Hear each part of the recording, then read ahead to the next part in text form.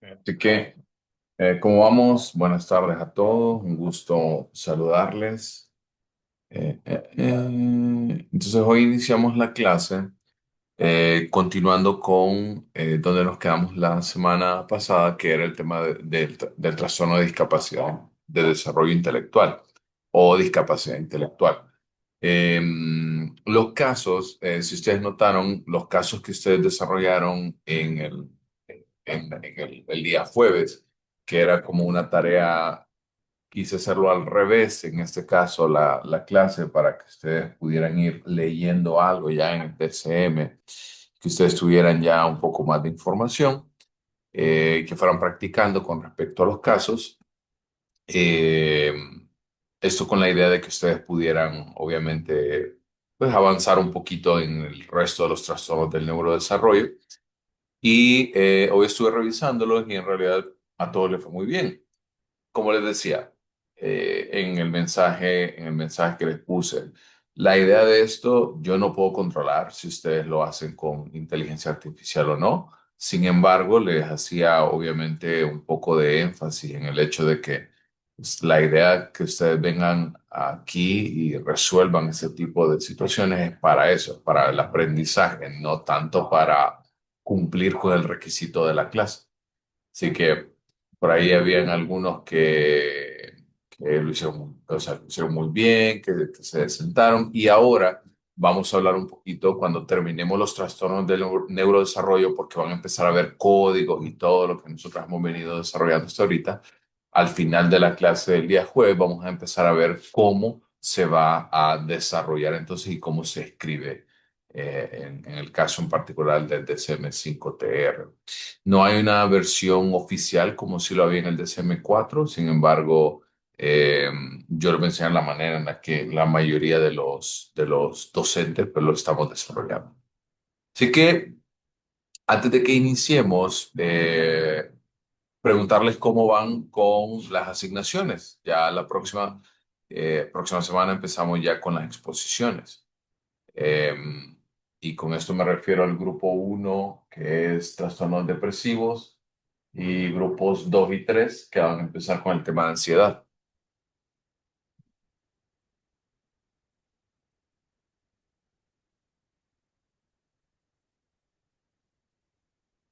Y se oyó un silencio sepulcral. A ver, grupo uno. Aquí tengo los grupos, así que no me hagan ir a buscarlo.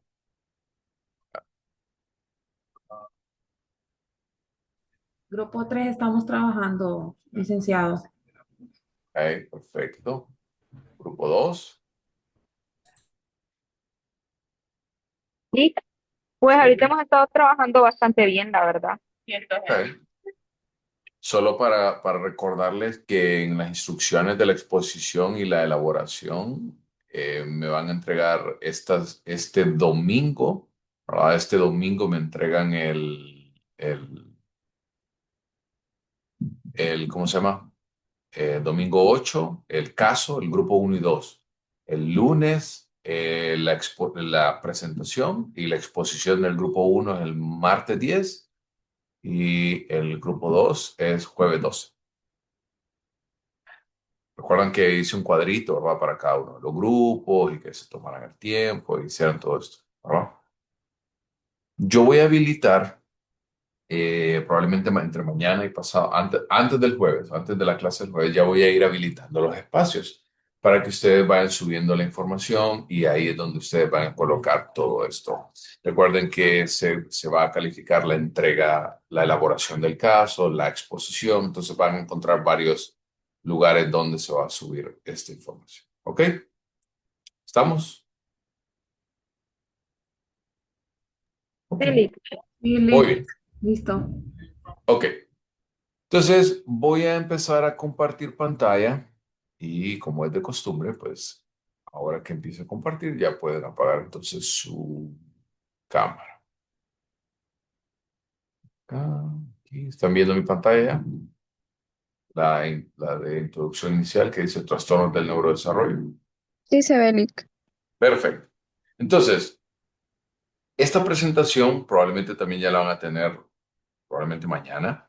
Esta presentación es bastante extensa, sin embargo, es porque trae mucho contenido de los, o sea, los criterios diagnósticos yo no los puedo resumir, ¿ok? Quiero que vayan entendiendo esa parte, no los puedo resumir, no les puedo quitar, no les puedo avanzar nada, o sea, hay que mantenerlos de manera integral porque eso es lo que nosotros vamos a utilizar. Entonces no buscamos una interpretación sino más bien mantenerle la integridad en este sentido. Así que por eso es que la presentación puede parecer o muy cargada o muy larga porque en realidad no se puede alterar en este sentido. Así que vimos la semana pasada el trastorno de desarrollo intelectual o discapacidad intelectual y veíamos los cuatro elementos, bueno, en general los criterios diagnósticos que debía de cumplir nuestro paciente para poder considerarse que cumple con ese diagnóstico, que eran las deficiencias o dificultades a nivel del dominio social, dominio práctico y del dominio conceptual. Y que la utilización de pruebas estandarizadas de inteligencia nos ayudaban a determinar también el grado de gravedad que podría presentar entonces este paciente. Y les decía que también había un segundo diagnóstico que es exactamente igual que el trastorno de desarrollo intelectual. La diferencia clave es que este nos va a servir y solamente se va a utilizar cuando tenemos un diagnóstico reservado que cumple con los requisitos que veíamos anteriormente de trastorno de desarrollo intelectual, pero el niño tiene menos de 5 años.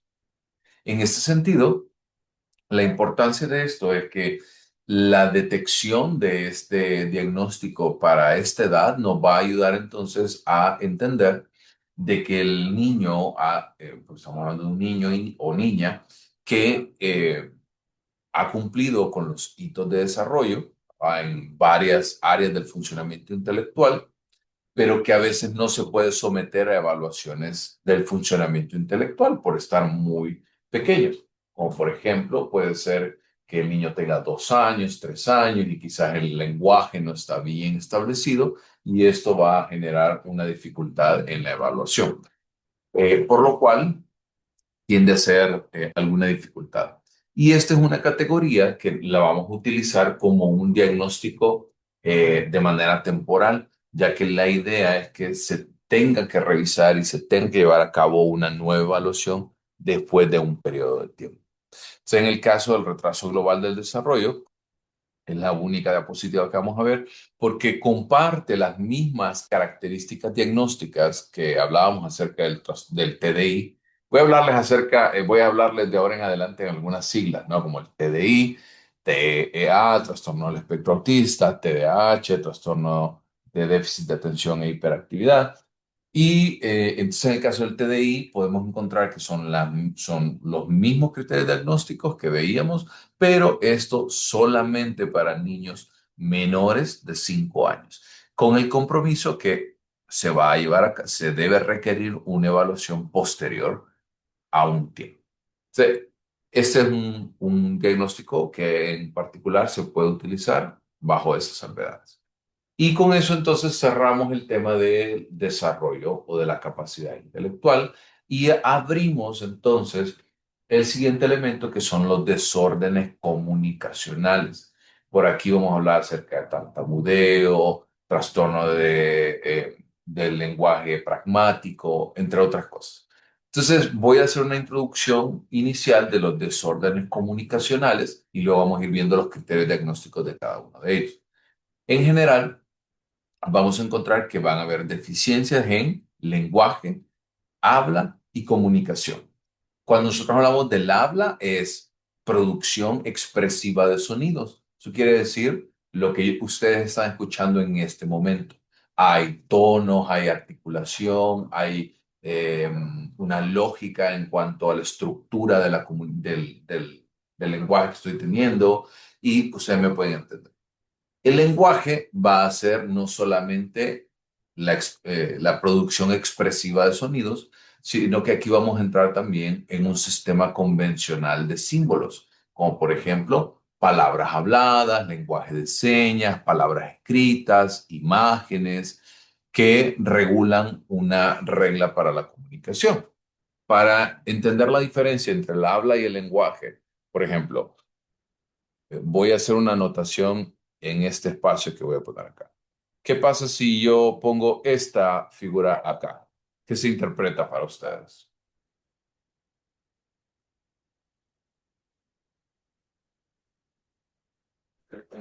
Ya cumplió con la tarea y hay un check.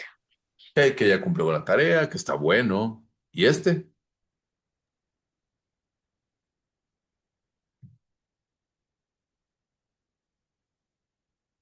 Tan mal que no está bien hecho. Que está malo, que no es correcto. ¿Qué tal este?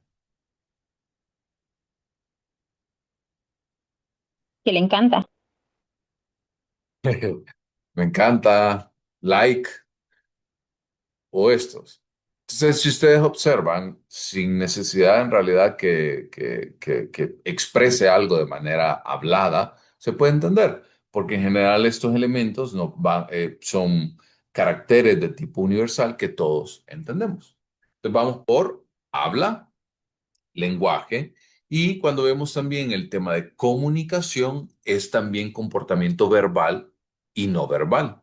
Por ejemplo, el no verbal como el hecho de, por ejemplo, los niños al inicio que todavía no tienen el lenguaje completamente arraigado y tienen hambre, por ejemplo, ¿qué hacen?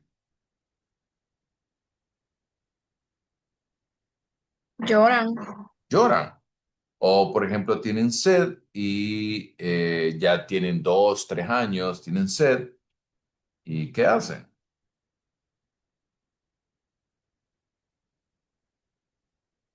Señalan tal vez el objeto. Muy bien, señalan o tratan de Balbucean. alcanzarlo, pueden balbucear, exacto. Entonces, aquí entramos en comportamiento que puede ser verbal, como el balbuceo, y no verbal también. Puede que sea intencional o no. Llorar es una conducta no intencionada, pero tiene un efecto entonces en el comportamiento de otra persona. Si el niño llora, el padre o la madre le va a prestar atención y va a tratar de solventar esa solicitud. O por ejemplo, si el niño señala algo, el padre o la madre va a tratar, o la persona alrededor va a tratar de ayudar en este sentido. Por lo cual, en las evaluaciones de estas habilidades de habla, lenguaje y comunicación, también se deben tener en cuenta el contexto cultural y lingüístico del individuo. En particular, hay algunas personas que pueden crecer también en entornos bilingües. Y esto es algo que está ocurriendo muy frecuentemente y a veces el lenguaje puede aparecer un poco más tarde de lo esperado porque está asociado también con diferentes palabras o tonalidades, entre otras cosas, para el lenguaje, para el idioma. Entonces tenemos esos tres elementos, habla, lenguaje y comunicación. Dadas las características de estos trastornos, vamos a entender que hay altas tasas de comorbilidad con otros trastornos del neurodesarrollo. Voy a hacer una pregunta y esta va a ser una pregunta dirigida a alguien que no escuche muy seguido, como por ejemplo Gamaliel.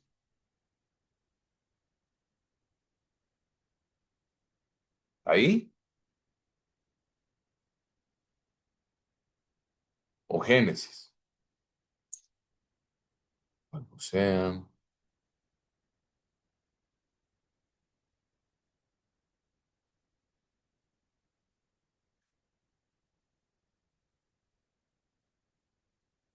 o vamos a poner a Linda Barrera.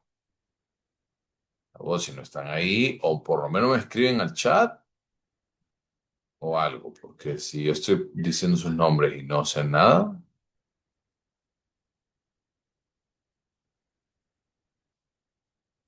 no les he pasado la balanza con el tema de asistencia, así que no me hagan empezar a contar números y ver minutos conectados y demás.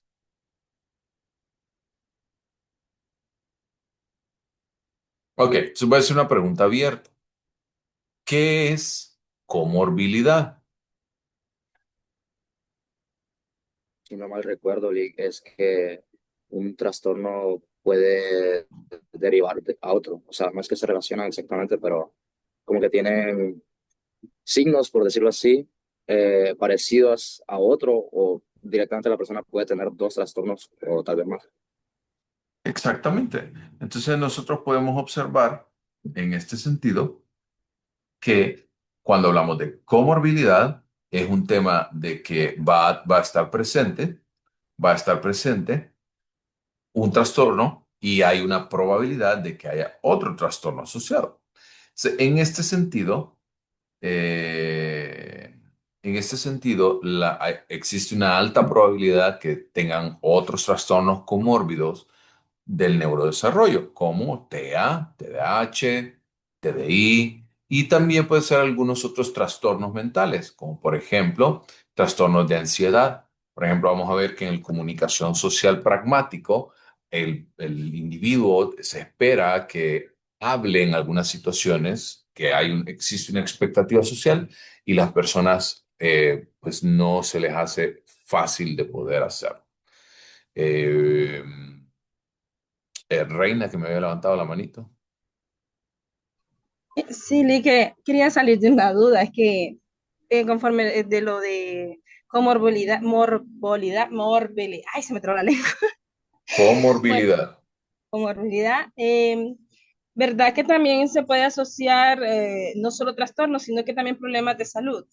Sí, incluso puede verlo aquí en la última parte, que hay también algunas afecciones médicas. Como por ejemplo puede haber alguna afección médica relacionada con trastornos convulsivos, por ejemplo, o con algunas anomalías cromosómicas, como por ejemplo, no es una regla, insisto, ¿verdad? Recuerden que yo nunca les voy a hablar en absolutos en la clase, simplemente hablamos siempre de probabilidades, con algunas afecciones como síndrome de Down, que es una anomalía cromosómica, o algunos de los genes específicos, incluso más adelante vamos a ver que alteran directamente el proceso de comunicación, tanto verbal como no verbal. ¿Ok?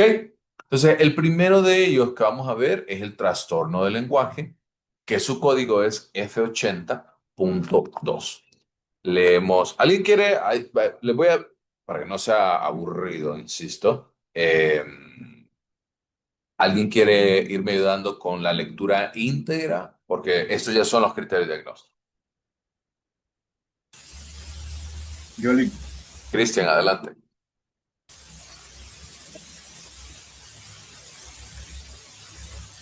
el criterio A, donde dice dificultades. Sí, correcto. Dificultades persistentes en la adquisición y uso del lenguaje en todas las modalidades, es decir, hablado, escrito, lenguaje de señas u otro, debido a deficiencias en la comprensión o producción que incluyen los siguientes: vocabulario reducido, conocimiento y uso de palabras, estructura limitada de oraciones, capacidad para juntar palabras y terminaciones de palabras para formar oraciones basadas en las reglas de la gramática y la morfología, y deficiencias en el discurso, habilidad de usar vocabulario y conectar oraciones para explicar o describir un tema o serie de eventos o tener una conversación. Lo adelanto un poquito más porque todavía tiene estas dos más. Ay, perdón. Acá. Esos tres más. Las habilidades lingüísticas están sustancial y cuantificablemente por debajo de lo esperado para la edad, lo que resulta en limitaciones funcionales en la comunicación efectiva, la participación social, los logros académicos o el desempeño ocupacional, individualmente o en cualquier combinación. El inicio de los síntomas es en el periodo de desarrollo temprano. Las dificultades no se pueden atribuir a problemas auditivos o sensoriales, disfunción motora u otra afección médica o neurológica, y no se explican mejor por un trastorno del desarrollo intelectual o un retraso global del desarrollo. Perfecto. Entonces, por ejemplo, Sergio, usted, ¿qué pasa? Sergio Paz, ¿qué pensaría usted entonces de una persona que de nacimiento tiene una afección médica, ¿verdad? Que puede entenderse como sordera y por ende no puede hablar. ¿Cree usted que podría cumplir con los criterios diagnósticos para el trastorno del lenguaje? No, no cumpliría porque es algo que es del nacimiento. Pero, pero ¿qué parte exactamente? O qué criterio diría usted que no cumple entonces? Pues, o sea, sí tiene problemas auditivos, pero no tiene problemas sensoriales. Entonces habría que ver si esta persona, ¿verdad? Entraría dentro de esas dificultades sensoriales.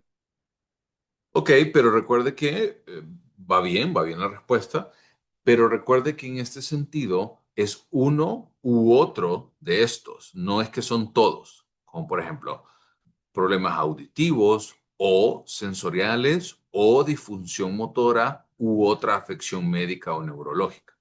Por Entonces sí ejemplo, entraría dentro de un trastorno del lenguaje. exactamente. Por eso es que quería hacer énfasis. Porque, por ejemplo, en este caso, auditivamente la persona no puede recibir la información y por ende entonces no cumpliría con el criterio diagnóstico D. A pesar que de repente usted, si lo mira de lleno, ¿verdad? Y usted dice, ok, pero es que sí tiene un vocabulario reducido, tiene una estructura limitada de oraciones y tiene deficiencia en el discurso, correcto. Pero el hecho de tener una deficiencia, ¿verdad?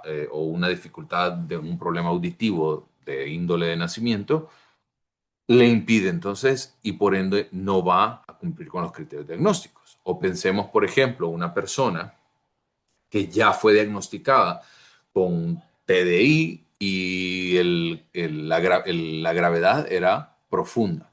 Entonces, en este sentido, obviamente, el individuo, las afecciones que va a haber en la parte lingüística van a ser muy considerables, por ende no va a adquirir el lenguaje y por ende no podría cumplir entonces en este caso el diagnóstico. Imaginemos ahora, le voy a hacer otra pregunta, por ejemplo. Hoy ando bien preguntón, para que no se, para que no me... Voy a ir de atrás para adelante entonces, con Yaritza. Yaritza, ¿y qué tal que esta persona ya aprendió a hablar y a los 60 años empieza entonces a perder el habla?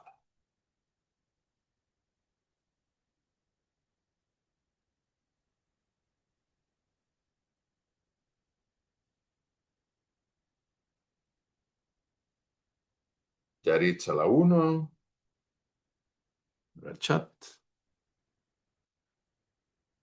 También tendré, pero ok, pero podría, la pregunta es, siempre las preguntas que yo les voy a hacer es si cumple o no cumple entonces los criterios para este trastorno que estamos viendo. Vi que lo abrió el micrófono, pero casi no se entendió.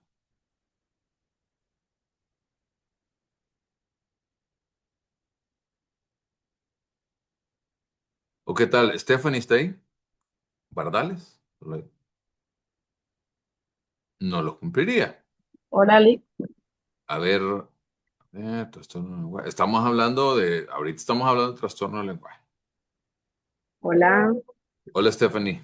Lick, como usted me preguntó, yo Sí, pienso que no cumpliría porque eso es ya por deterioro de la edad. correcto. Entonces, por ejemplo, ustedes van a ver en la siguiente clase que los trastornos neurocognitivos, la pérdida del habla es parte del proceso del mismo proceso degenerativo. O, por ejemplo, imagínense que después de un infarto o de un accidente cerebrovascular pierde la capacidad del habla. ¿Ustedes creen que cumple? Obviamente no. En este sentido, la importancia es que vayamos viendo entonces y que vayamos descartando. Vamos a ver que esos son los tres síntomas principales de los criterios diagnósticos: vocabulario reducido, estructura limitada y deficiencia en el discurso, pero son inician esos síntomas en el desarrollo temprano. Las dificultades no se pueden atribuir a otros problemas como afecciones médicas, neurológicas, auditivas o en el caso del trastorno del retraso global del desarrollo o el trastorno de desarrollo intelectual. Y estas habilidades tienen que ser cuantificables y tienen que estar por debajo de lo esperado para su edad. Por ejemplo, imaginemos que el niño tiene 4 años, pero todavía no habla. Entonces, no tendríamos que ver de qué manera podemos cuantificar y ver qué es lo que se espera para esa edad que el niño alcance. ¿Va bien? Los leo al chat también para que no me vayan a estar solo abriendo. Obviamente, las características esenciales de este trastorno es la dificultad en la adquisición, la utilización del lenguaje. Puede ser también que esto lleve a otras dificultades en comprensión, producción del vocabulario y cuando vamos hablando también de elementos escritos, memogramática, estructura de oraciones y el discurso. Y este déficit es muy evidente en la comunicación, ya sea hablada, sea escrita o en lenguaje de señas. Y el aprendizaje y el uso del idioma también va a depender tanto de las habilidades receptivas como de las expresivas. Cuando hablamos del lenguaje, quiero poner en conversación esto, que tenemos dos partes, la parte comprensiva, que es lo que ustedes están realizando en ese momento, y la parte expresiva, que es la elaboración de una respuesta a través de las diferentes conversaciones. La habilidad expresiva es la producción de la voz, señas, gestos, ya sean verbales o no verbales, mientras que la capacidad receptiva es poder recibir y comprender un mensaje. Las habilidades lingüísticas tienen que evaluarse tanto en la parte expresiva como en la receptiva. Por ejemplo, vamos a ver algunas pruebas de desarrollo como la EDIN o las pruebas de WIS, donde se le pide que el niño le digo, ok, levántate, quiero que puedas levantar, ponerte de pie, levanta tu mano derecha, tu mano izquierda, ponla en la cintura y con la mano derecha te tocas la oreja izquierda. Entonces, si el niño hace todo eso, quiere decir de que la parte comprensiva está bastante bien. Y en el caso del trastorno del lenguaje, suele afectar tanto el vocabulario como la gramática. Y esto puede limitar considerablemente la capacidad de comunicarse. ¿Cuál es? Recuerden que vamos viendo siempre, y esta es la estructura de todos los diagnósticos, de todos los trastornos que estamos viendo. Y el primer diagnóstico diferencial que vamos a ver son variaciones normales en el lenguaje. Y podemos entender que una variación normal tiene que ver mucho con el sistema a nivel cultural. Por ejemplo, yo tengo una sobrina que va a cumplir 5 años ahorita en marzo y tiene un retraso en cuanto a la capacidad lingüística. Habla muy poco, hay una simplificación de palabras, entre otras cosas. Pero si yo lo veo también en un contexto más amplio, ¿sí? Entiendo de que, por ejemplo, ella fue una niña que nació en pandemia, fue una niña de que, y es una pregunta que yo les quiero hacer. Los que tienen hijos, ¿cómo aprenden sus hijos a hablar? ¿Cómo aprende su hermanito, su sobrinito? ¿Cómo aprende a hablar? Adriana, Claro. Por imitación. Pues imitación. escuchando a los demás, incluso ahora los niños aprenden bastante con los videos, Lick. Entonces se muestra bastante lo del retraso del habla por lo mismo. Claro. Por- Incluso, por ejemplo, en el caso, eh, hace poco estábamos hablando con una persona de una prueba, nosotros estimulando el lenguaje, aprender lo que se repite muchas veces las palabras. Y también un tema importante es el hecho de poder observar la gesticulación de la boca, o sea, los movimientos que usted hace con la boca. ¿Y qué pasó en la pandemia? ¿Con qué andábamos todo el tiempo? No podían Redes hacerlo por los sociales. cubrebocas. Con cubrebocas, Así. Exacto, entonces eso privó mucho. Entonces tenemos que ver esta parte de las variaciones que pueden existir en este momento a nivel cultural, a nivel social, pero también ver cuando en realidad el niño, por ejemplo, ya tiene una dificultad considerable, ya no, o sea, se frustra, ya no disfruta el hecho de tratar de hablar, o por ejemplo se restringe y ya no quiere hablar, le preguntan y le dicen, ¿cómo te llamas? ¿Y cuántos años tenés? Y se hace el disimulado, mejor no contesta. ¿Reina? Sí, Nick, de hecho tiene mucha influencia, fíjese lo que se dice sobre lo de la pandemia, porque en mi casa hay dos niños que nacieron durante la pandemia, incluyendo mi hijo, y mi hijo hasta ahorita que ya está socializando en el kinder, está hablándome súper más claro. Y yo los tuve que llevar a terapia porque estaba preocupada porque él no me hablaba casi nada. Y Ujú. no tenía ningún problema. En realidad me dijo la doctora que solo era que él necesitaba socializar más. Exacto. O sea, no hay nada inherente como tal y es lo que hablábamos. Y por eso hago mucho énfasis en este elemento. Algunas variaciones sociales, culturales, también puede ser, por ejemplo, el hecho que les decía, el bilingüismo, es algo que está, algunos niños, nunca, lo que hemos hablado, nunca vamos a hablar de reglas al 100%, pero en algunos casos podemos ver que hay algunos niños que más bien se sienten afectados a través de esto. En lugar de ayudar el bilingüismo, pueden retrasar el proceso. ¿No bien? También, obviamente, el hecho de, lo que les decía, si la persona tiene problemas auditivos o una discapacidad sensorial, se va a descartar entonces como tal cualquier trastorno de comunicación como hemos estado hablando. Si el déficit del lenguaje se explica por una pérdida auditiva significativa, entonces no se puede diagnosticar un trastorno del lenguaje. Cuando las dificultades lingüísticas superan lo esperado para el grado de afectación sensorial, podría considerarse un trastorno del lenguaje adicional. Como por ejemplo, pensemos que este es un niño que ha perdido la audición, pero en un 20%. Ustedes ven que hay, por ejemplo, diferentes escalas de medición y está perdiendo o perdió la audición o se vio dañado en un 20%. Pero en un 20% sí podría afectar el hecho de la parte comprensiva y demás, pero de repente la parte expresiva no debería de verse afectada. O sea, en estos casos donde estos déficits sensoriales aparecen, podría probablemente considerarse eh, un elemento básico. También con el TDI, que es el trastorno de desarrollo intelectual, pongo por ahí, intentan vocalizar las letras que escuchan. Si usted le dice mamá a un bebé, este va a decir ABA porque son los sonidos que conocen.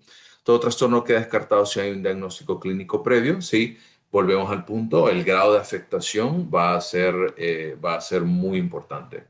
Pero imaginemos, por ejemplo, en este caso, un niño que tiene una deficiencia auditiva, pero que no supera un 15%, un 20%, ahí sí podría considerarse.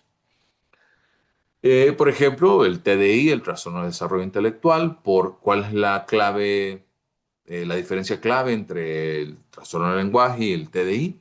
Es que en la discapacidad intelectual hay un déficit cognitivo global, no es que solamente es la parte lingüística. En este caso, en el trastorno del lenguaje, solamente se ve eh, esa parte que puede discrepar entre la parte cognitiva y la parte lingüística. Pero en general, las demás capacidades cognitivas en el trastorno del lenguaje están bien. Eso quiere decir juicio, razonamiento, elementos prácticos, sociales, dominio conceptual, va a estar entonces bien. También vamos a ver cómo se va a separar o cómo se va a diferenciar con el trastorno del espectro autista. Y como ya vimos TDI, entonces no tengo que explicar todo, pero para introducir el TEA, recuerden en el caso del TEA o el trastorno del espectro autista, vamos a ver que hay dos características principales, que son dificultades en la parte social y alteraciones en la comunicación social pragmática y conductas repetitivas o patrones restrictivos.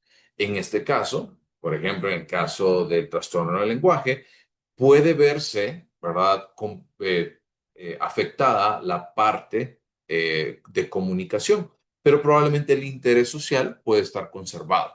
Eso quiere decir, vamos a ver que en el caso de los niños con TEA, eh, tienden a no mostrar ningún tipo de afectividad, ningún tipo de conversación alrededor, disfrutan mucho del juego aislado, son muy aferrados a sus rutinas y eso no lo vamos a ver en realidad en el trastorno del lenguaje. ¿Vamos bien? Ok.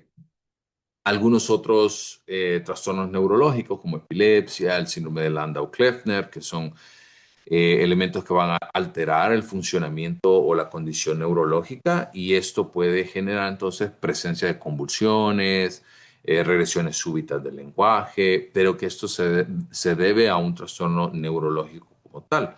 En el caso de la regresión del lenguaje, se tiene que explorar sobre todo a nivel médico por qué ocurre este tipo de situaciones. Por ejemplo, es muy frecuente que tengamos algunos otros trastornos médicos, como por ejemplo las convulsiones pueden generar eh, altas temperaturas en el cuerpo, ¿verdad? Y generarse como convulsiones febriles. Y esto puede tener un daño, un impacto directo, ¿verdad? En el cerebro o algunas otras enfermedades como infecciones como meningitis. También puede generar entonces este tipo de alteraciones.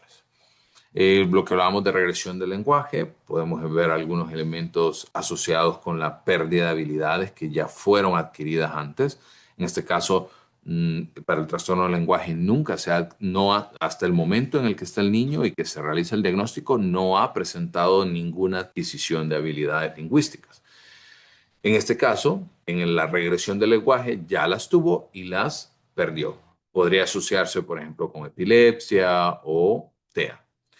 También la regresión generalmente no es una característica del trastorno del lenguaje del desarrollo y sobre todo tiene que descartarse una causa ya sea neurológica como epilepsia, convulsiones, infecciones, etcétera, o el trastorno del espectro autista. ¿Se entiende? ¿Vamos bien? ¿Claros? Sí. Ok. Sigo con el ejercicio que íbamos de abajo para arriba. Entonces le voy a pedir a Sofía que me ayude con la lectura para dar inicio a la discusión del siguiente trastorno comunicacional, que es trastorno del sonido del habla F80.0.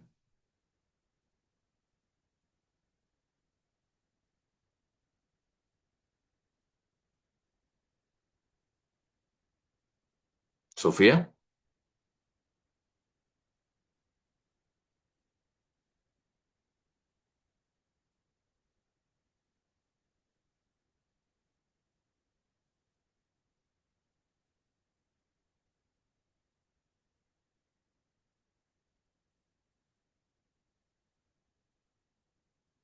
¿ok? Está Sofía, Sergio. Le ayudo, Lick. A ver, por favor, Leslie.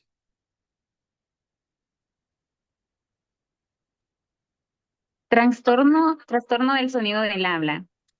Se codifica con el F80.0. A, dificultad persistente con la producción de sonidos del habla que interfiere con la inteligibilidad de al habla o impide la comunicación verbal de mensajes. B, la perturbación causa limitaciones en comunicación efectiva que interfiere con la participación social, el logro académico o el desempeño ocupacional, individualmente o en cualquier combinación. C, el inicio de los síntomas es en el periodo de desarrollo temprano. Y último criterio, el D, las dificultades no son atribuibles a condiciones congénitas o adquiridas como parálisis cerebral, paladar hendido, sordera o pérdida de la audición, lesión cerebral traumática u otras condiciones médicas o neurológicas. Perfecto. Entonces, con respecto a esta situación, tenemos que entender que en este caso la dificultad es directamente con la producción del sonido, ¿sí? Y esto puede interferir con la inteligibilidad. ¿Qué entienden por inteligibilidad? Pregunta abierta. No busquen en ChatGPT, busquen en el cerebro, porque yo sé que han escuchado en algún momento esa palabra.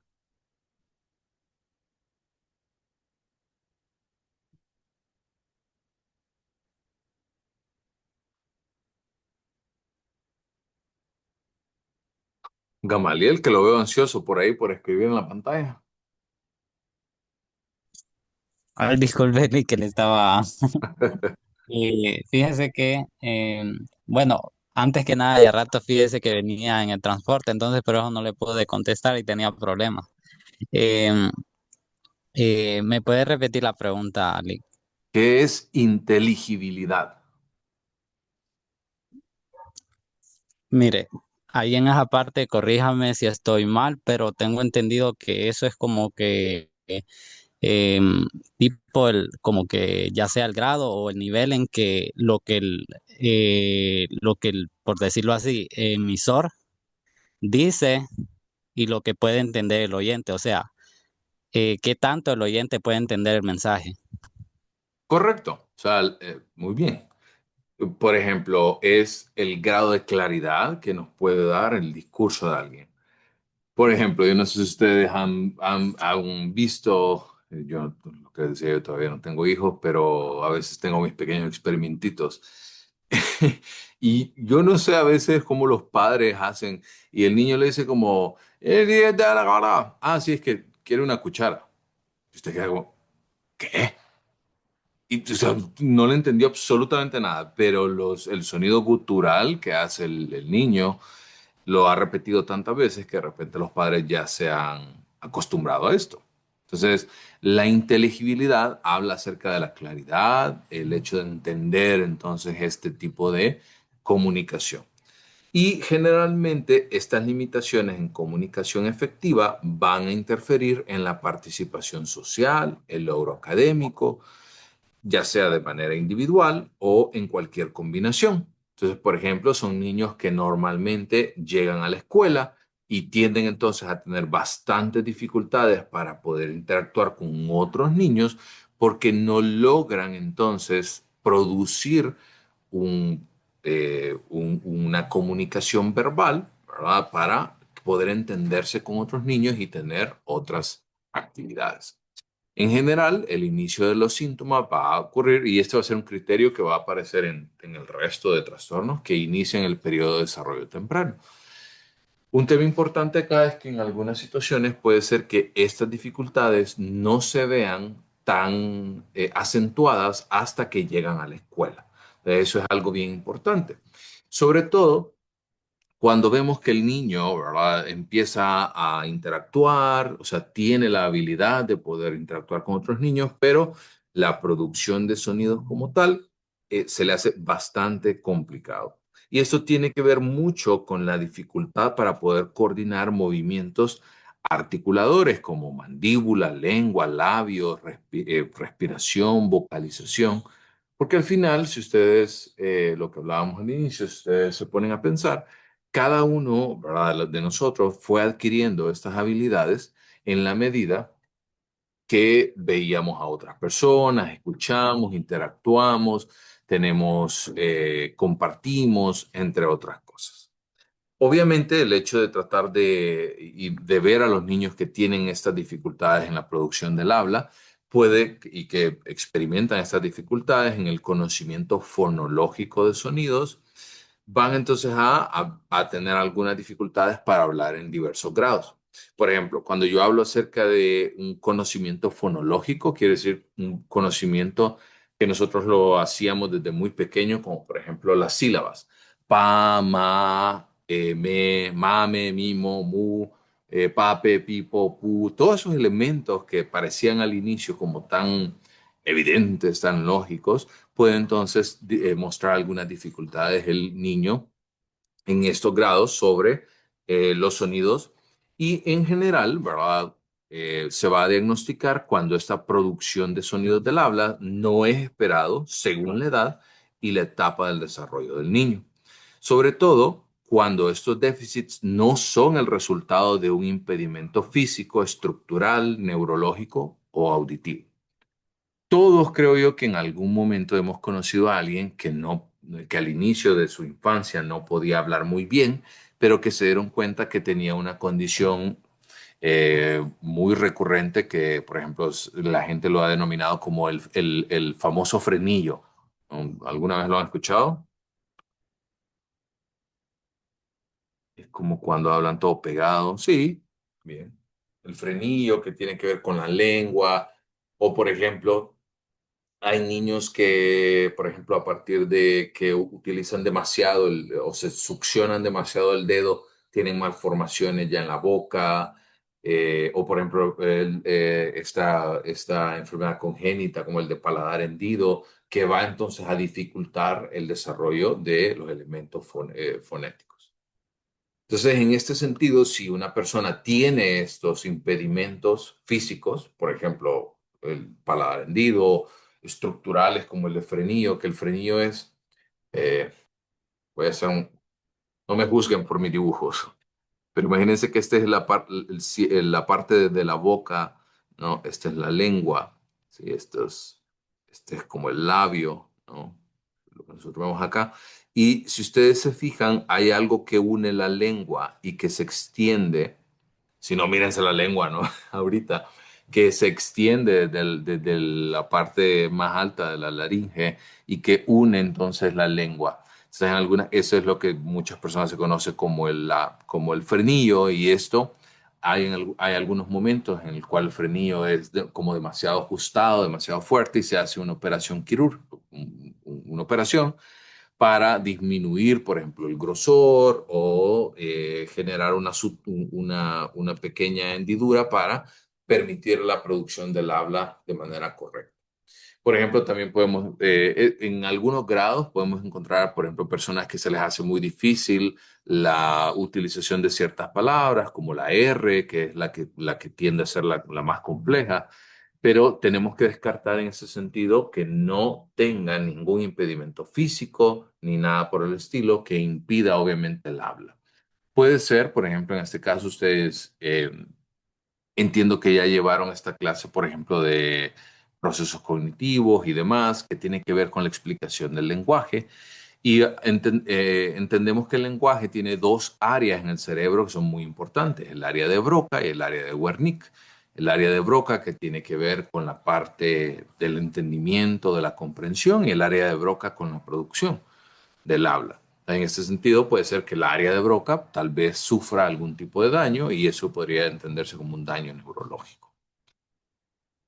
En algunos casos, vamos a ver, aquí entraría cuando tienen dificultad en pronunciar la letra.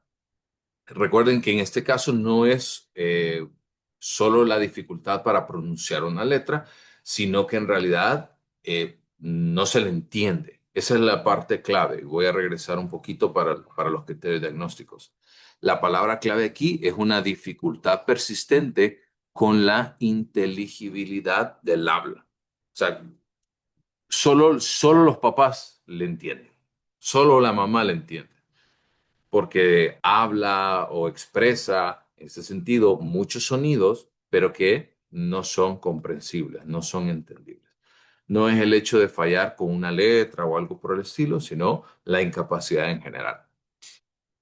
Cuando nosotros aprendemos a producir sonidos del habla de forma clara y precisa, también aprendemos a producir un discurso conectado con fluidez.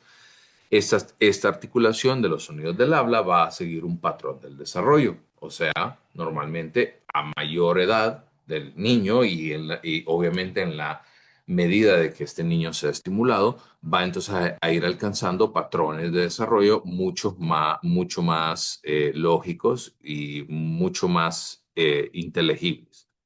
Entonces, en general, nosotros vemos que los niños con un desarrollo típico o normal pueden usar algunos procesos de desarrollo para cortar palabras y sílabas, pero que en la medida que van aprendiendo y el progreso de sus habilidades van alcanzándolo, ya debería resultar en un habla mayormente inteligible a los 3 años aproximadamente. O sea, no podríamos hacer un diagnóstico al año y medio, ¿verdad? Porque no es algo que se espera que el niño hable, obviamente, en este sentido, de manera comprensible. Entonces, pero si una marca, ¿verdad? Es 3 años, que esto nos va a ir ayudando a entender algunos componentes. También, como si hablara en otro idioma rápido para los que no somos cercanos a alguien con el padecimiento. Correcto. La mayoría de los niños con el trastorno de sonidos del habla responden bien al tratamiento y entre más temprano se detecta esta situación, insisto, obviamente tomando en consideración la edad cronológica y maduracional que tiene el niño, va a haber una mejora considerable con el tiempo. Y generalmente este es un trastorno que no va a durar toda la vida. Sin embargo, cuando hay un trastorno, cuando hay presente un trastorno del lenguaje, el trastorno del habla tiene un peor pronóstico. Entonces, en general, podría estar asociado con un trastorno específico del aprendizaje. Por ejemplo, podríamos ver algunas dificultades como dislexia, disgrafia, más adelante, que tienen que ver con el proceso de comunicación y de la elaboración de sonidos. Y para esta parte, les puse un pequeño cuadrito que va entonces a distinguir eh, a nivel de diagnóstico diferencial algunos elementos. Entonces vamos a irlo viendo por partes y de aquí en adelante, ¿verdad? Todos los cuadros que nosotros veamos se van a leer de esta forma, de izquierda a derecha. Entonces, la primera parte o la primera condición, que son variaciones normales en el habla, entender de que la característica principal de ese elemento con que estamos contrastando el trastorno de, de la producción del habla es que pueden haber algunas diferencias regionales, sociales, culturales o bilingües. Entonces, generalmente estos son errores que son consistentes con la edad, ¿verdad? Y en algunas situaciones hay algunos niños bilingües que pueden mostrar alguna dificultad para entenderle o más errores si se evalúa solo en un idioma. Por ejemplo, puede pasar que hay niños que nacen en un hogar que un padre es de lenguaje materno español y otro de lenguaje materno inglés y hay una mezcolanza entonces de idiomas y eso puede complicar un poquito esta situación. Obviamente, el otro elemento que les decía que es la audición. Si el niño presenta una audición o una discapacidad sensorial, obviamente estos errores son a causa de esta pérdida auditiva. Generalmente los déficits son proporcionales a este grado de afectación auditiva y generalmente se pueden explicar bajo este entendido. También los déficits estructurales, como el que hablábamos del paladar hendido, donde hay alteraciones anatómicas que afectan entonces la articulación. Si hay la presencia de una anomalía física observable, ¿verdad? Que se tiene entonces que reparar y entrar en un proceso quirúrgico, vamos a descartar entonces este diagnóstico. O disartria, por ejemplo, que es un trastorno motor del habla, que tiene que ver más con un tema como el TDI o parálisis cerebral, donde la persona genuinamente no puede producir el proceso de habla, pero esto se debe directamente a una alteración neurológica. Entonces descartamos este diagnóstico. Sobre todo porque hay signos neurológicos y alteraciones en tono, coordinación o fuerza muscular. Imagínense a un niño, por ejemplo, que padece de parálisis cerebral. Generalmente vemos que es una persona que no hay tono muscular y para la producción del habla debe de haber tono muscular en nuestra garganta, laringe, los músculos de nuestra mandíbula, también los sonidos que generamos al chocar nuestra lengua con el cielo de la boca, con los dientes, con los labios y en general. Y tenemos un diagnóstico nuevo que no lo hemos tocado, pero que probablemente ustedes lo han visto. ¿Alguna vez vieron esta serie, la de la teoría del Big Bang? O la Big Bang Theory.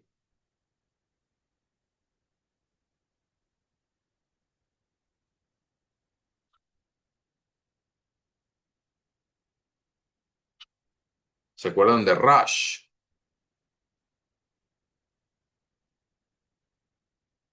No, hombre, se me preocupa. Rush.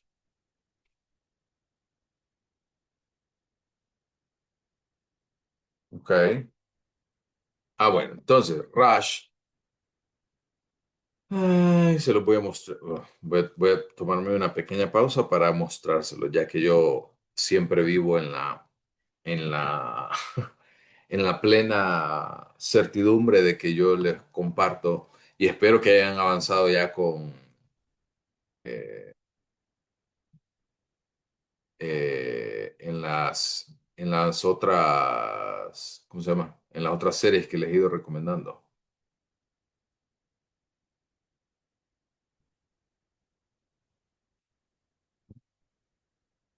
Es un corto, así que 20 segundos donde explican el comportamiento de él.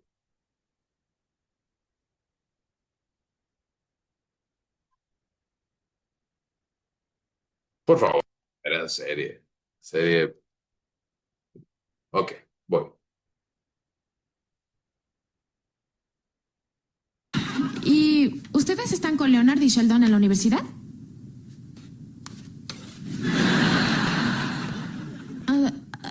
Perdona, ¿no hablas castellano? Sí habla castellano, no puede hablar con mujeres. ¿En serio? ¿Por qué? Él es un ñoño. En esta serie, él padece de esta condición que se llama mutismo selectivo, que es la ausencia de habla en contextos específicos. Por ejemplo, en este caso, él no hablaba con mujeres. O, por ejemplo, hay otras situaciones en las que si hay un grupo de más de 5 personas, estas personas no pueden hablar en general. Entonces, el mutismo selectivo, normalmente o sea, si se encuentra en un lugar seguro, ¿verdad? Entre comillas, para ellos, eh, pueden hablar, se les entiende, o sea, tienen un discurso lógico y también inteligible, pero en ciertas condiciones pueden entonces no expresar el habla. Por favor, vayan a verla. The Good Doctor, como demuestra cómo vive una persona con... Eso no la he visto. Y ¿saben qué? Que no me atrevo a verla porque tiene como 45 temporadas, ¿no?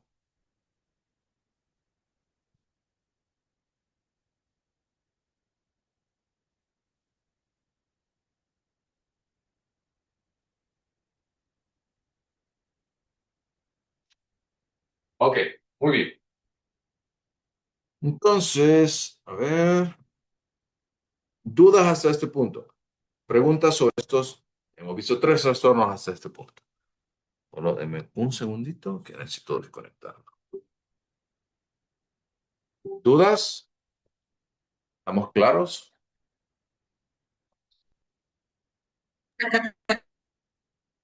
Ok, muy bien. Entonces, ok, seguimos entonces con la actividad que les decía de abajo para arriba. O sea, ahorita le voy a pedir me había quedado con Leslie, entonces va Rocío. Voy a adelantar todo para que se lo pueda leer. Ahí. Y hay todavía un poquito más en la otra diapositiva.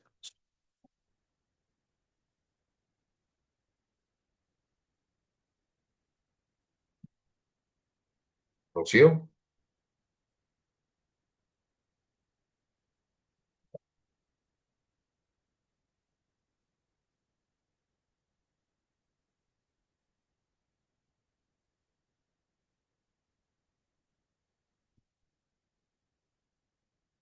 Lo leo, Lick. Sí, por favor. Se ve la pantalla, ¿no? Ahí sí, gracias. Trastorno de la fluidez de inicio en la infancia, tartamudeo. Como punto A, alteraciones en la fluidez normal y patrones de tiempo del habla, que son inapropiados para la edad y las habilidades lingüísticas del individuo. Persisten con el tiempo y se caracterizan por ocurrencias frecuentes y marcadas de uno o más de los siguientes. Número 1, sonido y saliva repeticiones. Sílaba repeticiones, perdón. Número 2, prolongaciones de sonido de consonantes y vocales.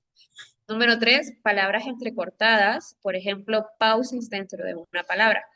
Número 4, bloqueo audible o silencioso, pausas llenas o sin llenar en habla. Número 5, circunloquios, sustituciones de palabras para evitar palabras. Número 6, palabras producidas con exceso de tensión física. Número 7, repeticiones monosilábicas de palabras completas. Por ejemplo, 4, ver a Eh, él, Perdón, es que oír. se puso mayúsculas como y en lugar de él, Ah, por ejemplo. Entonces ahí ya se elimina el elemento de una estructura, pues él ya es una sílaba como tal, ¿verdad? Que puede ser que es una palabra, él, porque estamos hablando de un pronombre, y la sustituye por algo más sencillo, ¿no? O como lo que decía Alessandra, ¿no? En algún momento. La sustitución de algunas palabras complejas por palabras más sencillas que tienden entonces a pasar en este sentido. Adelanto entonces a la segunda parte para que la sigamos leyendo y luego entro yo. Número B, la perturbación causa ansiedad por hablar o limitaciones en la comunicación efectiva. La participación social o el desempeño académico u ocupacional individualmente o en cualquier combinación. El inicio de los síntomas es en el periodo de desarrollo temprano. Nota, los casos de inicio tardío se diagnostican como trastorno de fluidez de inicio en adultos F98.5. Número D. La alteración no se puede atribuir a un déficit motor o sensorial del habla. Falta de fluidez asociada con una lesión neurológica. Por ejemplo, accidente cerebrovascular, tumor o trauma. U otra afección médica y no se explica mejor por otro trastorno mental. Perfecto. Entonces, si regresamos a la diapositiva anterior, es una alteración en la fluidez normal y patrones de tiempo del habla. Eso quiere decir de que, y el hecho de que coloquemos entre paréntesis el nombre que generalmente se escucha, que estar, o digamos que generalmente es más conocido de manera universal, que es tartamudeo. Entonces, en general, las pausas en los patrones de tiempo tienden a ser inapropiados para la edad, para la parte lingüística y tienden a persistir con el tiempo. En general, podemos observar que este tipo de situaciones donde alguno de los siguientes elementos como sonido, prolongación del sonido, palabras entrecortadas o un bloqueo audible donde, por ejemplo, la persona se calla y no puede seguir o, por ejemplo, como lo que acabo de hacer, ¿no? O sea, como estoy en medio de una palabra y no logro entonces conciliar completamente esta palabra. También circunloquios, que es como sustitución de palabras para evitar palabras. O sea, por ejemplo, pensemos que el tartamudeo, la parte donde a este individuo, a este niño le cuesta es decir eh, comida. Entonces evita porque es la frase y no logra. O sea, en lugar de eso dice, mejor dame alimento. ¿Sí? Es un circunloquio, una sustitución de una palabra para evitar esa palabra como tal. Y algunas palabras pueden verse de manera que producen un exceso de tensión física. Entonces, generalmente esto también va a tener, ¿verdad? Un impacto en la interacción del niño con otras personas, causa ansiedad para hablar, genera algunas limitaciones en la comunicación efectiva y generalmente son niños que prefieren entonces pasar desapercibidos y simplemente no expresar nada, no hablar, quedarse callados o mantenerse al margen de las situaciones. Y lo que hablamos, en general, este tipo de situaciones tienden a aparecer en el periodo de desarrollo temprano, pero no son únicas. Puede ocurrir, por ejemplo, que estas personas presenten este tipo de dificultades al inicio de la adultez y que no se explique mejor por medio de los diferentes elementos como lesiones neurológicas, afecciones médicas u algún otro trastorno mental, como por ejemplo algunos elementos de eh, lógica, entre otras cosas. Algunas características es que el trastorno de fluidez va a presentar, generalmente se va a iniciar entonces en la infancia y esta va a representar una alteración de la fluidez normal de los patrones del habla. Este trastorno se va a caracterizar por frecuentes repeticiones o prolongaciones de sonido, como lo que hablábamos, y usualmente tienden a hacer estas repeticiones del sonido al inicio de cada palabra. Bueno, es lo que les decía yo, como la sílaba que estábamos hablando en este sentido. También vamos a ver que esta alteración puede interferir en los logros académicos u ocupacionales de los niños y obviamente también en los adultos. Por ejemplo, podemos encontrar que en este sentido estas personas tienden a mostrar algunas dificultades a nivel académico porque a partir de ello pues se restringen mucho de no hablar o se restringen entonces de establecer una comunicación con otras personas. También el alcance de esta perturbación puede variar de situación a situación y generalmente es más grave cuando existe presión por comunicarse. Generalmente vamos a ver que estas personas tienden a mostrar mayores dificultades cuando existe una expectativa por que hablen. O sea, les hacen una pregunta, imagínense que les hacen una pregunta directo a esta persona y entonces tienden a mostrar bastante dificultad porque existe esa expectativa entonces de que puedan responder. También puede desarrollarse una anticipación temerosa del problema. Eso quiere decir de que se van adelantando y ya saben que como les cuesta bastante problema poder dirigirse o entender hablar, o empezar a hablar con alguien, esto puede generar ansiedad y a partir de esa generación de la ansiedad puede haber una restricción de las situaciones en las que se van a involucrar. También podemos ver que, además de estas características de afección, se ha demostrado que el estrés y la ansiedad pueden afectar este grado de fluidez. Algunos factores de riesgo que podemos encontrar es que, en primer lugar, a nivel fisiológico, que exista una persona, ¿verdad?, en primer grado de consanguinidad que presente un trastorno similar al que estamos discutiendo. O sea, personas que padezcan entonces también de un trastorno de tartamudeo. También podemos ver que hay algunos otros factores a nivel eh, genético que hasta este punto, ¿verdad? Hasta el día de hoy se han identificado cuatro factores directos o cuatro elementos o genes que van a implicarse en este sentido. No importa los nombres, no le voy a prestar atención, se los puse simplemente a ustedes en la presentación para que se vayan haciendo una idea de que también hay alteraciones, obviamente, genéticas en ese sentido que pueden tener un impacto en el desarrollo del tartamudeo. También esto puede generar algunas consecuencias funcionales. Entiéndase entonces por consecuencias funcionales aquellos elementos que además del estrés que puede tener y de la ansiedad que puede generar el hecho de la expectativa que hay para que las personas respondan, también puede exacerbar obviamente la falta de fluidez.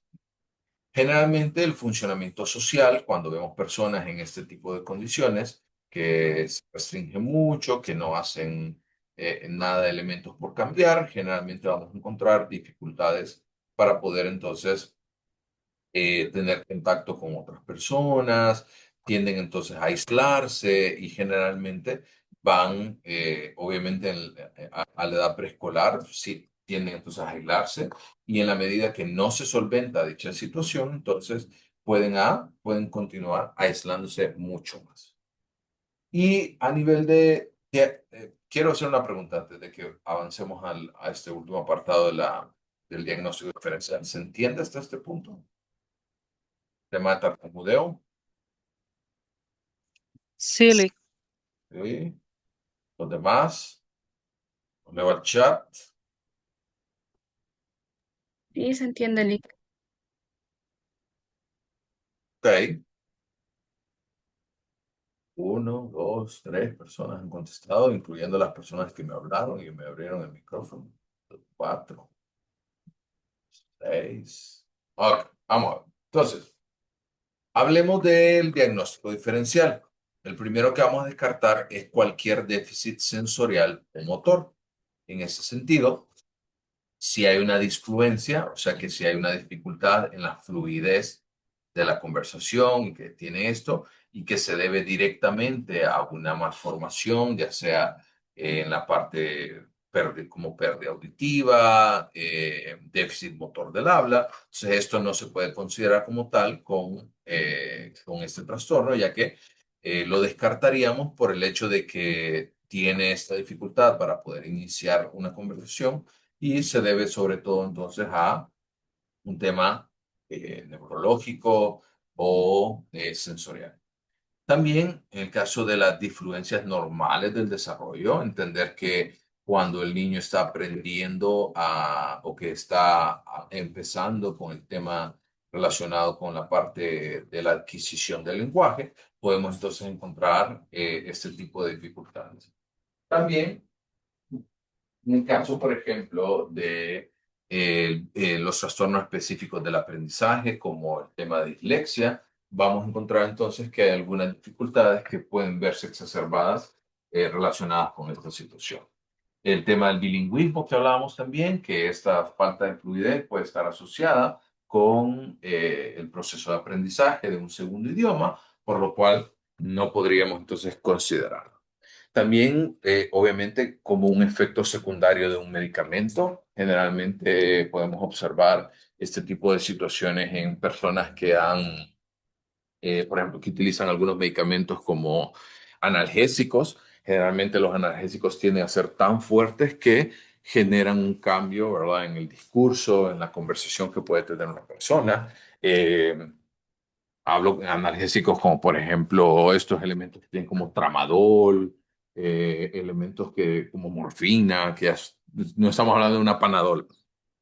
Y también puede haber la disfluencia de inicio en adultos, donde el inicio es durante o después de la adolescencia, y generalmente este no se clasifica como un trastorno del neurodesarrollo, sino ya como un trastorno en la adultez.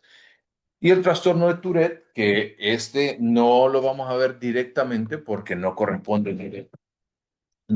directamente a un tema de infancia, sino más asociado con movimientos involuntarios breves, con patrones de tic y que generalmente van a ser vocalizaciones repetitivas. Y finalmente, a nivel de comorbilidad, sí podemos encontrar algunos trastornos adicionales con los cuales se puede compartir, que es, por ejemplo, el TDAH, el específico del aprendizaje, el TDI o algunos otros trastornos del lenguaje adicional o ansiedad social. Ok, entonces, 7:15, nos vamos a tomar nuestra primera pausa y... a ver, pauso. Ok, seguimos entonces con la presentación y este es el último de comunicación, que es la parte de la comunicación social pragmática. Hacemos como veníamos trabajando desde antes. Me ayudó Rocío, a Reina la escucho enseguida, así que Pamela Pavón, ¿está por ahí?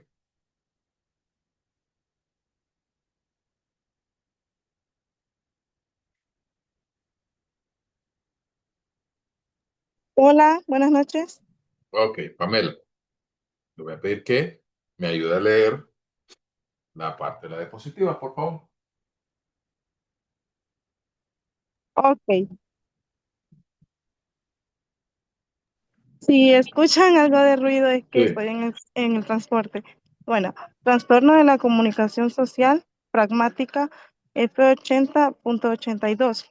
Dificultades persistentes en el uso social de la comunicación verbal y no verbal, manifestadas por todo lo siguiente. Número 1, déficit en el uso de la comunicación con fines sociales, como saludar y compartir información de manera apropiada para el contexto social. Número 2, deterioro de la capacidad de cambiar la comunicación para que la conciencia con el contexto o las necesidades del oyente, como hablar de manera diferente en un salón de clases que en un patio de recreo, hablar de manera diferente a un niño que a un adulto y evitar el uso de un lenguaje demasiado formal. Seguimos por acá. Son, a ver, 2 diapositivas más. Trastorno de la comunicación social pragmática F80.82. El B.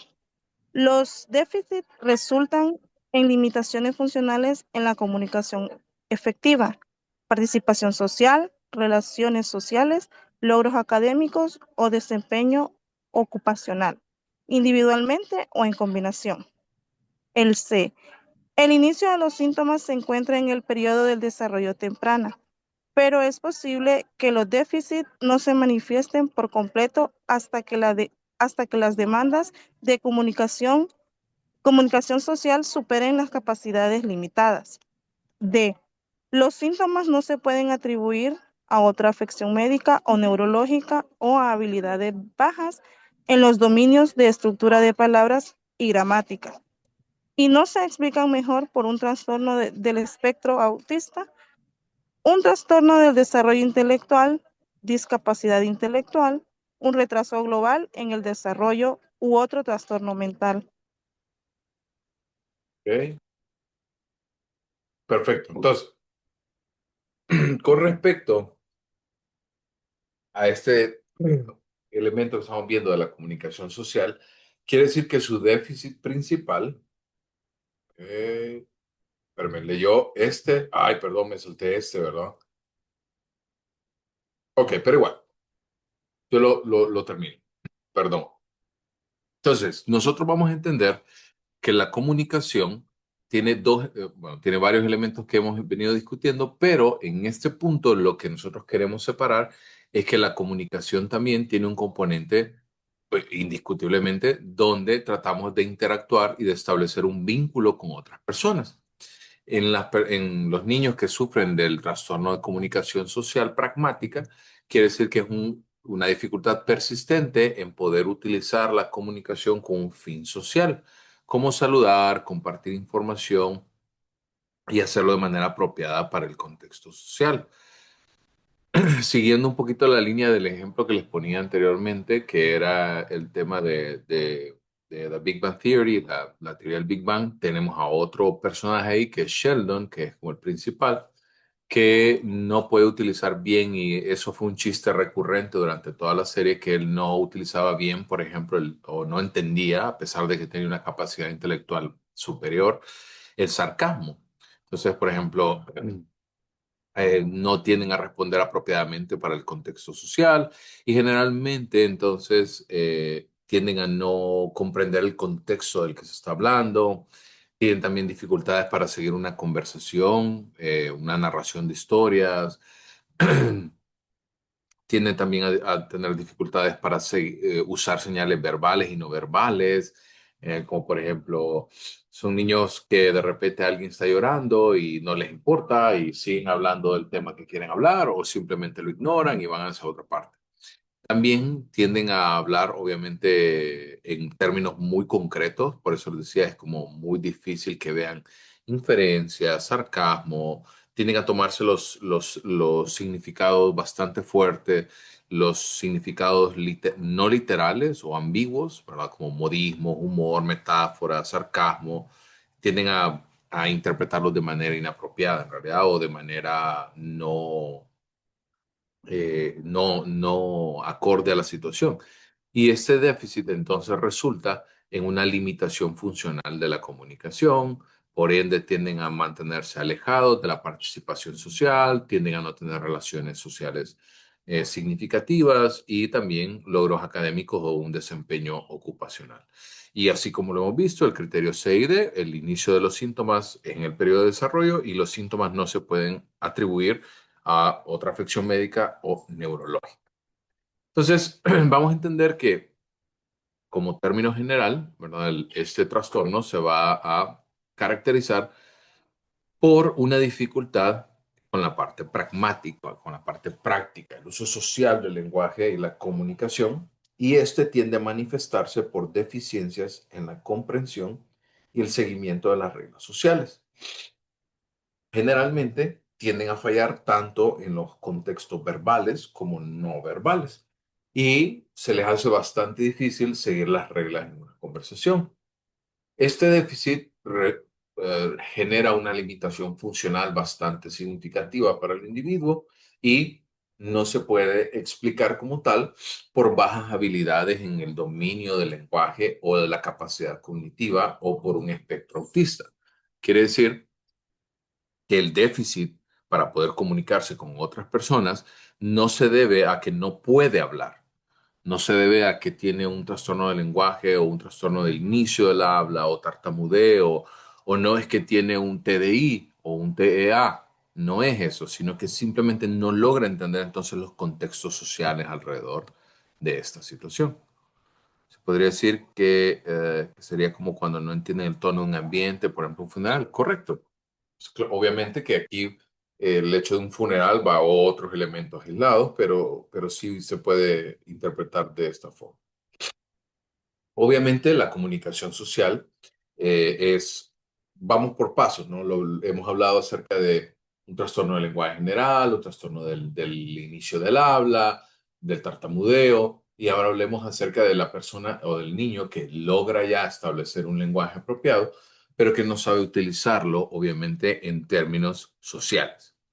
Generalmente esto no va a ocurrir antes de los 4 años, sino que esto se va a ver sobre todo de manera muy focalizada en niños entre los 4 y los 5 años. Eso quiere decir, generalmente, cuando el niño ingresa a una escuela o va a un daycare, a un lugar donde va a interactuar entonces con otros niños y con adultos. Generalmente, estas formas que son un poquito más leves del trastorno tienden a manifestarse a veces hasta la adolescencia temprana o cuando el lenguaje generalmente se vuelve un poco más complejo, ¿no? Generalmente en la adolescencia tiende a tener un cambio bien significativo en el elemento pragmático, ya que empiezan a haber otros intereses, otras tareas, entre otros elementos. Hay algunos factores genéticos y fisiológicos que pueden intervenir en el proceso del desarrollo de la comunicación social. Y en general podemos encontrar que el hecho de tener antecedentes familiares de TEA, de algún trastorno de comunicación o de un trastorno del aprendizaje, tienden a aumentar el riesgo del trastorno de comunicación social. También podemos entender de que hay algunos elementos también ambientales. Si se habla acerca de elementos como formación, estilos de crianza, el hecho de que los padres también sean unas personas que no utilicen completamente este tipo de habilidades y que no lo enseñen como tal.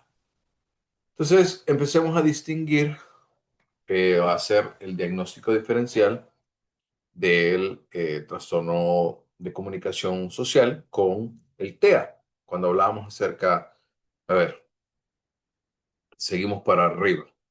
Pamela, eh, Olivier, ¿ahí? Sí, Lick. ¿Se acuerda cuáles son las características del TEA? Creo que no toleran mucho los ruidos fuertes. Pero las dos características claves. No, Lick, no recuerdo.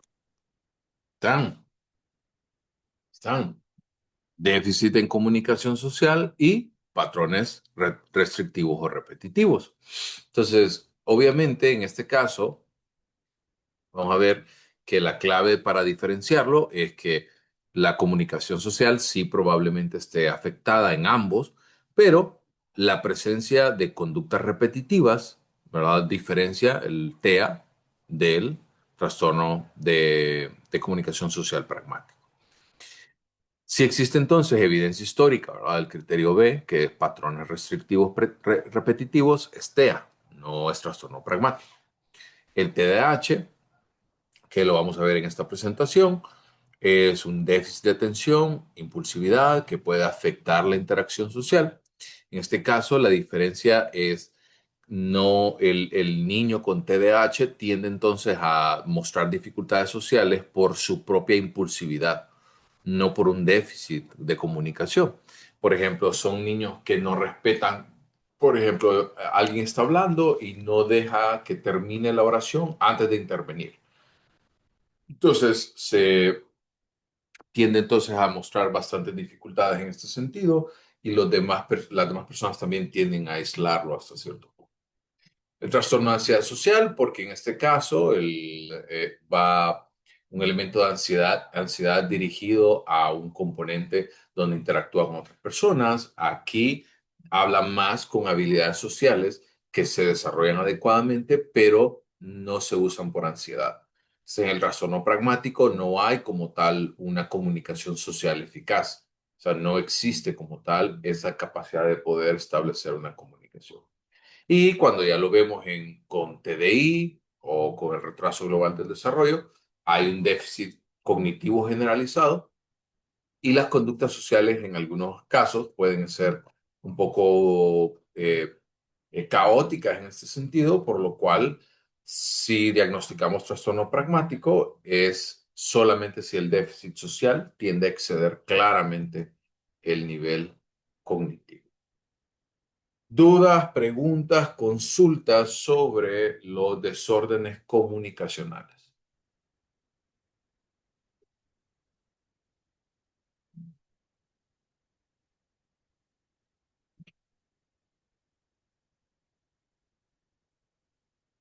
¿No? ¿Estamos bien? Entonces, Sí, una pregunta, algo adelante, que no por me queda favor. muy claro como tal es exactamente, ¿se puede empezar a diagnosticar a partir de los 5 o 6 años o más adelante? Depende de cuál estemos hablando, pero generalmente los 5 años tiende a ser una etapa clave para el diagnóstico de los trastornos del neurodesarrollo. Porque si nosotros hablamos, por ejemplo, del trastorno del habla ininteligible, puede ser a partir de los 3, como vieron, ¿sí? Pero, por ejemplo, ya para el Y, trastorno del lenguaje, ya debería de tomarse en consideración mínimo 5 años. Por ejemplo, este también social pragmático, mínimo 5 a 6 años, porque también depende mucho de la interacción con otros niños, entre otros elementos. Nunca, si ustedes ven, no encontraron ninguna restricción de edad como tal, excepto en esta de los 3 años, pero siempre dice que sí se desarrolla en las etapas tempranas del desarrollo de la vida. Alguien abrió el micrófono, pero no logré captar quién. por ejemplo, con el TDAH se puede ¿Mm? empezar a diagnosticar a partir de los 5 años. ¿Me Ay, escuchó? sí, sí, le escucho. En Le este decía, caso, perdón, otra vez. no, no, no, hable. No, perdón. Yo le interrumpí. No le iré contigo. No, no se preocupe. Ok. Creo que más o menos entendí que si el TDAH se podía diagnosticar a los 5 años. Puede ser, o sea, volvemos al punto, no hay una regla, excepto cuando el criterio diagnóstico ponga, como por ejemplo, vieron el del retraso global del desarrollo. Ahí sí decía explícitamente que la edad es de 5 años o menos. Entonces, en este sentido, ahí sí es explícito el tema de edad. Pero en otras, como el espectro autista, no va a encontrar edad como tal, sino que siempre dice el criterio, incluso se lo voy a adelantar, criterio por acá, los síntomas deben estar, los síntomas deben estar presentes en el periodo de desarrollo temprano. Entonces, si ustedes observan, no hay como una edad donde les diga a partir de los 2 años, a partir de los 3 años. Incluso el TEA se puede detectar desde muy temprana edad, incluso el tema de las conductas repetitivas, el tema de las conductas organizativas, la dificultad para romper rutinas, ese tipo de cosas. ¿Se entiende entonces? Estamos clarísimos acá. Sí, Lick, gracias. Ok, entonces seguimos con la actividad como la veníamos haciendo. Después de Olivier sigue Naomi. Solo que aquí lo voy a dividir en dos partes porque el del espectro autista es bien largo.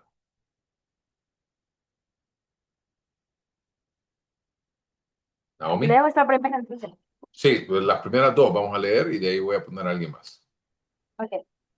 Bueno, desorden del espectro autista F84.0. Déficit persistente en la comunicación social y la interacción social en múltiples contextos. Como se manifiesta en todos los siguientes, actualmente o en la historia, los ejemplos son ilustrativos, no exhaustivos. Consulte el texto. 1. Déficit en la reciprocidad socioemocional, que van, por ejemplo, desde un enfoque social anormal y el fracaso de una conversación normal de ida y vuelta, a un intercambio reducido de intereses, emociones o afectos, a la falta de iniciar o responder a las interacciones sexuales.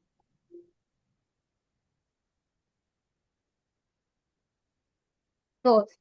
Déficit en los comportamientos comunicativos no verbales utilizados para la interacción social, que van, por ejemplo, desde una comunicación verbal y no verbal mal integrada, a anormalidades en el contacto visual y lenguaje corporal o déficit en la comprensión y uso de gestos, a una falta total de expresiones faciales y comunicación no verbal. 3. Déficits en el desarrollo, mantenimiento y comprensión de las relaciones, que van, por ejemplo, desde las habilidades para aceptar comportamientos, para adaptarse a diversos contextos sociales, a las dificultades para compartir juegos imaginativos o para ser amigos, o a la falta de intereses en los compañeros. Ok, vamos a ir leyendo para luego regresar y hacer las anotaciones particulares. Entonces, Naomi, Marvin participa, así que Martín Mendoza. Dígame, Lick. Siga leyendo.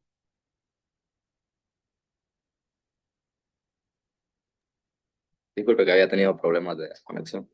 Bueno, vamos por movimientos, ¿verdad? Desde el inicio, Martín. Desorden del espectro autista. Patrones restringidos y repetitivos de comportamiento, intereses o actividades, manifestados por al menos dos de los siguientes actualmente con el historial. Los ejemplos son ilustrativos, no exhaustivos. Ver texto. 1. Movimientos motores estereotipados o repetitivos.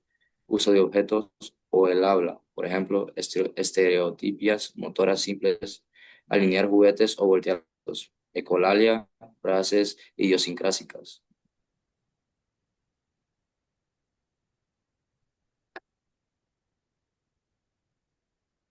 Bien. Número 2, insistencia en la uniformidad, adhesión inflexible a las rutinas o patrones ritualizados de comportamiento verbal o no verbal. Por ejemplo, angustia extrema ante los pequeños cambios, dificultades con las transiciones, patrones de pensamientos rígidos, rituales de saludo, necesidad de tomar la misma ruta o comer la misma comida todos los días, intereses muy restringidos y fijos que son en intensidad o enfoque, por ejemplo, fuerte apego o preocupación, objetos insólitos, intereses excesivamente circunscritos, severantes. Perfecto. Voy a cambiar ahora después de Martín. María Fernanda también participa. A ver. Linda Barrera. Perdón, Linda Barrera, porque hay dos Lindas. ¿Se me escucha bien? Sí. O déjame voy a cerrar la puerta porque creo que se escucha la pila que se está llenando. Ya vengo, no me da.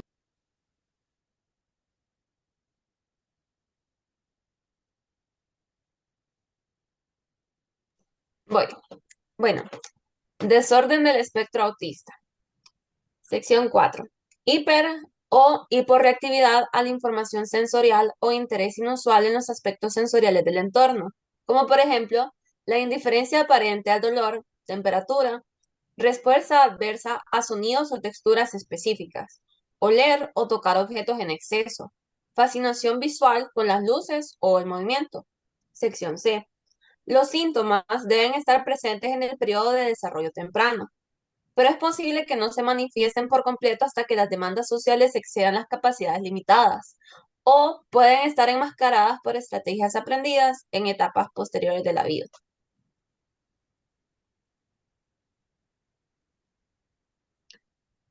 ¿Sigo? Sí. Ok. Sección D.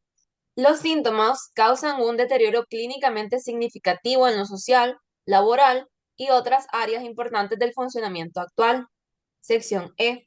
Estos trastornos no se explican mejor por un trastorno del desarrollo intelectual, discapacidad intelectual. o un retraso global del desarrollo.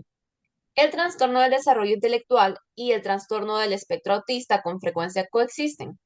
Para hacer diagnósticos ay, perdón, me trabo, comórbidos, perdón, de trastorno del espectro autista y trastorno del desarrollo intelectual. La comunicación social debe estar por debajo de lo esperado para el nivel del desarrollo general. Ok, perfecto. Entonces, voy a regresar a estos elementos. Discutimos desde el inicio, ¿verdad?, de que hay dos elementos principales que nosotros vamos a ver en el trastorno del espectro autista. Y el A hace referencia a un elemento de comunicación social, pero también a un elemento de interacción social. Quiere decir que normalmente estos son niños de que tienen muchas dificultades para poder establecer un vínculo con otras personas, y a eso se refiere un déficit de la reciprocidad socioemocional, donde las personas, los niños entonces, y hablo de niños porque es muy raro que alguien llegue hasta la adultez y que nunca lo hayan detectado, generalmente inicia en esta etapa, y normalmente fracasan entonces en tener conversaciones de manera regular, o usualmente si no es algo que a él le interesa, simplemente no va a responder ante estas situaciones. También generalmente muestran comportamientos comunicativos no verbales muy limitados. Generalmente, por ejemplo, no tienen contacto visual con las personas. Su lenguaje corporal tiende como a utilizar gestos como algunas conductas estereotipadas, expresiones faciales nulas en algunas situaciones. O, por ejemplo, también tienen bastantes dificultades para poder adaptarse a contextos sociales.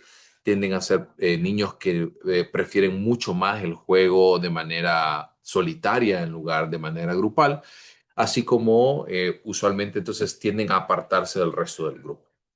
Y el B, que son patrones restringidos de comportamiento, y vamos a encontrar también elementos asociados con la rutinas, elementos de restricción, y también pueden haber movimientos estereotipados.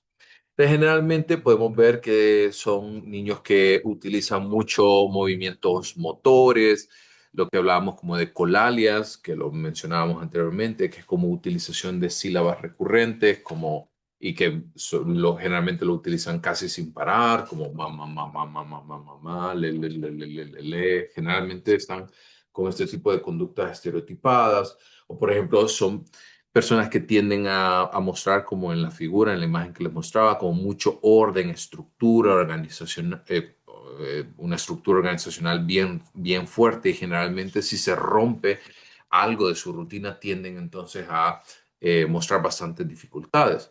Tienen una insistencia en la uniformidad, en no ser flexibles con sus rutinas, tienden a generar una y otra vez las mismas actividades durante un tiempo, desde lo que hacen en su día a día, los saludos, las rutas, la comida, la hora de la ducha, de dónde juega, a qué hora juega, cuáles son sus juguetes.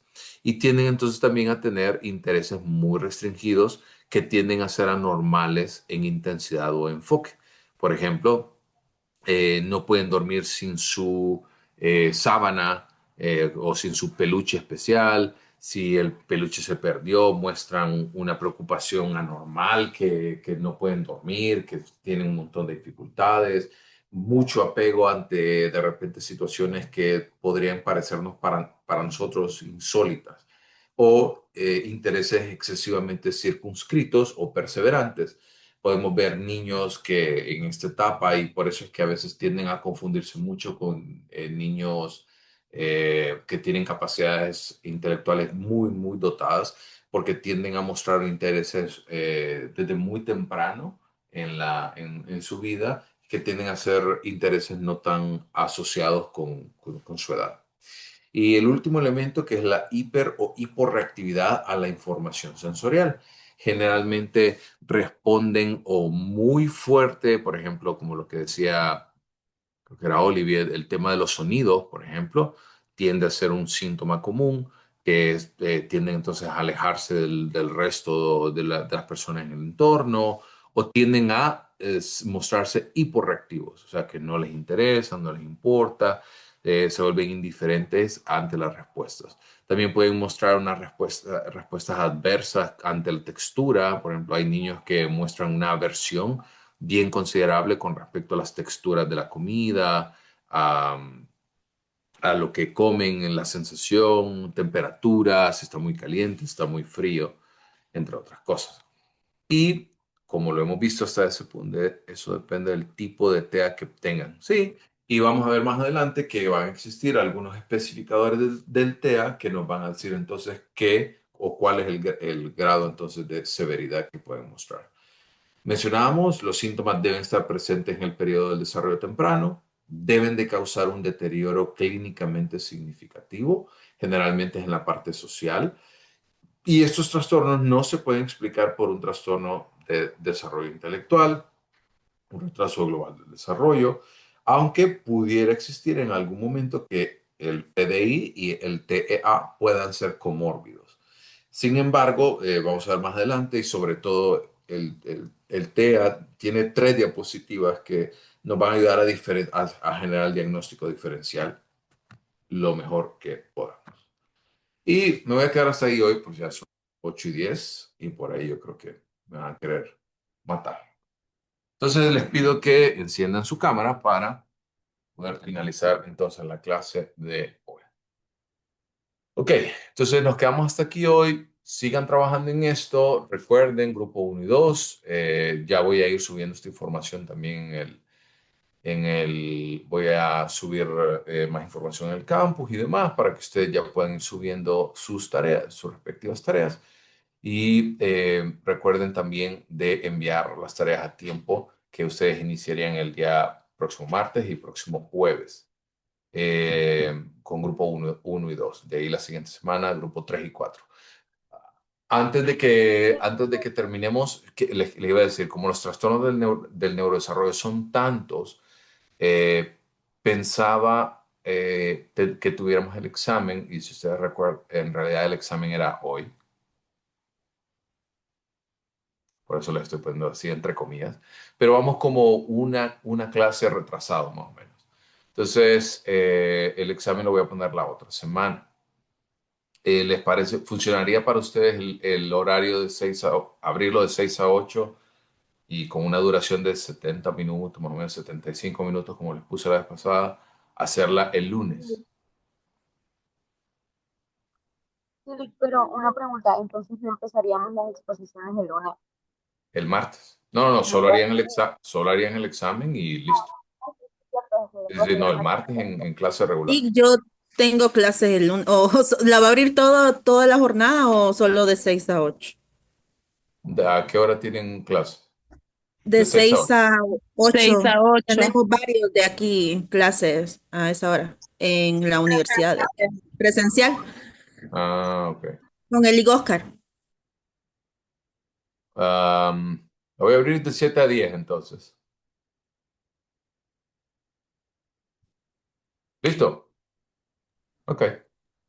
Bueno, entonces nos vemos el jueves de manera sincrónica y recuerden entonces el examen la otra semana, lunes De de 7 a 11, Lick. Uy, qué montón. Es que salimos a las 8 y vamos a la casa como a las 9. Vamos a tener A las 9:30 llego yo. 9:30 más o menos, sí. Bueno, ahí lo voy a pensar, pero voy a tratar de ponerlo entonces. Bueno, descansen y feliz noche. Descansen, Sí, feliz noche. gracias.